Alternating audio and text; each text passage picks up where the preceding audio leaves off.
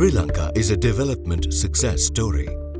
Solid economic growth, impressive falls in poverty, the end of conflict and a democratic transition in 2015 are all remarkable achievements. What can Sri Lanka do to build on this progress?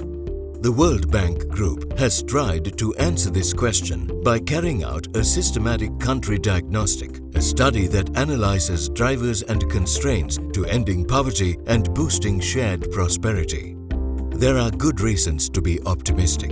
Sri Lanka's people, natural endowments, and nearness to big markets offer many opportunities. Yet there are challenges on the road to greater prosperity.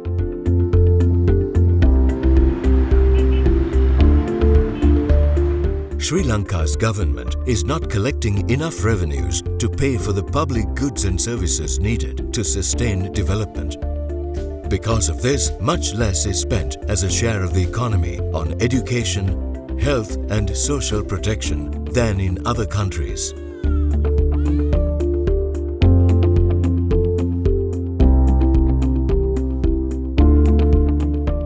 Sri Lanka will need to change policies to create more and better jobs. The country has not been able to build its export sector, and much growth came from investment by government. Sri Lanka is now among the most protectionist countries in the world. Foreign direct investment, or FDI, has been at or under 2% of the economy, far lower than levels in other middle-income countries.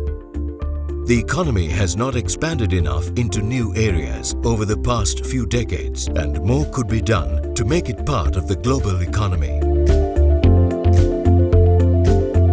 Understanding where the poor live is important for ending poverty.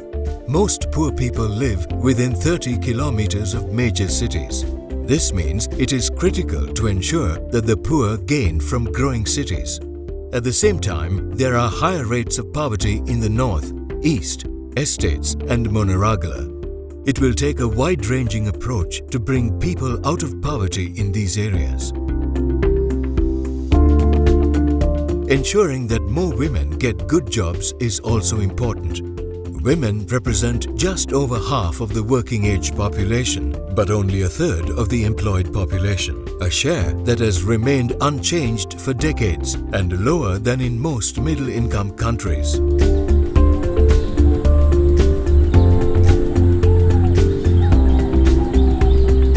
Sri Lanka will need to address longer-term challenges. Institutional reforms to provide for open, accountable and inclusive government are critical. It will also need to balance its aim of economic growth with preserving its remarkable environment. Finally, as a country with an aging population, it will face a major challenge to get rich before it gets old. Addressing these challenges is difficult, but certainly possible. All Sri Lankans have an interest in putting the country on a path towards inclusive growth that will end poverty and boost shared prosperity.